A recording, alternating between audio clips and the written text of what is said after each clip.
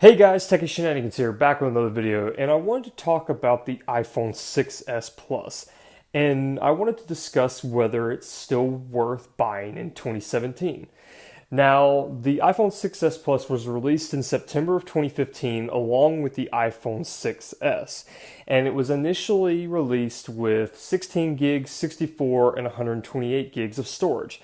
And now it is available in 32 and 128 gigs storage spaces. And I wanted to talk about whether you should pick one up or should you go with the new iPhone 7 or maybe go for the cheaper SE. And we're going to talk about that in this video. Now, as you can see, this is the 6S Plus. This is the larger variant with the 5.5-inch screen. And I got this phone in November of 2015, so it was a few months after it launched. And it was my daily driver up until about February from when I got the iPhone 7 Plus. And overall it was a pretty good phone, and my experience was very well with it. Now, I want to talk about four things that you might be curious about when you're looking to see whether it's worth picking up, and that's performance, battery life, camera, and the price. And we're going to start out with performance. Now, the 6S Plus came with the Apple A9, and I'm not going to go into too details with the specs because you've probably seen those a million times already. But basically speaking, the phone is more than capable in 2017 with performance. So let me unlock the phone here. So as you can see, the performance of the phone is very fluid. I can open up apps here. It's going to open them up pretty quickly, so there's not any sort of concern of slowness or anything like that. Everything just works very well. It works pretty quick. So performance, I wouldn't necessarily worry too much. It's still fairly competitive here in 2017. Now, it might not be as quick as the new A10 in the iPhone 7, but you're really not missing out on a whole lot. So performance is overall pretty good. Now, the next thing I want to touch on is battery life.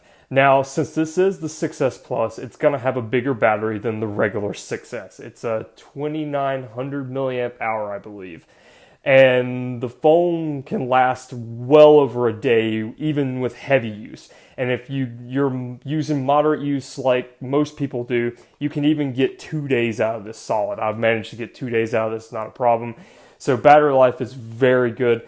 And you're not going to really miss out on a whole much more if you go for this one over the 7 Plus. Now, the 7 Plus does have a slightly longer battery life, but still, you're not missing a whole lot. Now, the next thing, which is another big aspect, is the camera. And the camera on this phone is the 12 megapixels. It's a 12 megapixel camera with an f-stop of 2.2. And really, it's honestly not that much different than the camera on the newest iPhones. The only difference is the new iPhone's cameras have a larger aperture, so it can let more light in. So low light performance on the newer phones is better, but honestly, you're not missing out on too much if you go for the 6S Plus. Now, you got the same sort of features on the 6S Plus like you do on the 7 and 7 Plus with the live photos. So if I turn it on, I'll bring up here, I'll take a photo, and move around, and I still get that functionality if I go into the photos and I force press. I can still get that same sort of functionality on here. And also, too, the 6S Plus still has the 3D touch display that was introduced when the phone was launched. So you still have that capability if you are interested in 3D touch.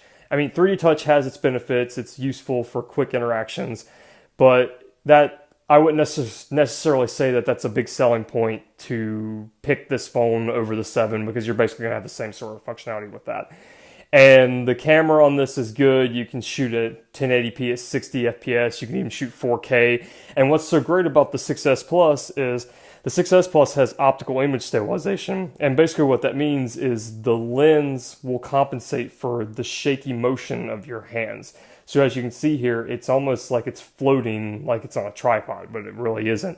It's because the lens in the camera is compensating for your motion, which is very nice. And you could only get that on the Plus models until the 7 and 7 Plus came out, when both of them had the optical image stabilization. So that is a benefit of the newer phones, but like I said, you can still get it on this one here. And the last but not least is the price. And the 32 gig base model of this phone starting now in 2017 is $649. And if you pay $100 more, you can get it for $749 for a 128 gig version.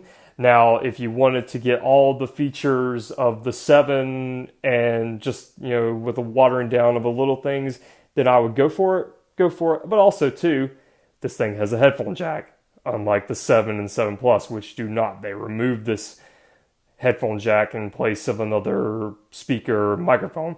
So if you care about the headphone jack, then I would definitely say pick up the 6S Plus. But overall, really, I would say that is it worth to buy it in 2017?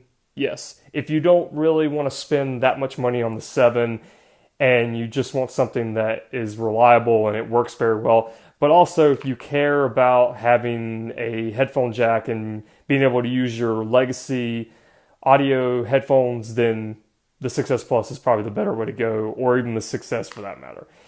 And so, yeah, now that is my overall impressions on whether the 6S Plus is worth it in 2017. If you have any comments, questions, or leave them down in the comment section below. And yeah, thank you very much for watching. This is techyShenanigans. Hope you have a good day.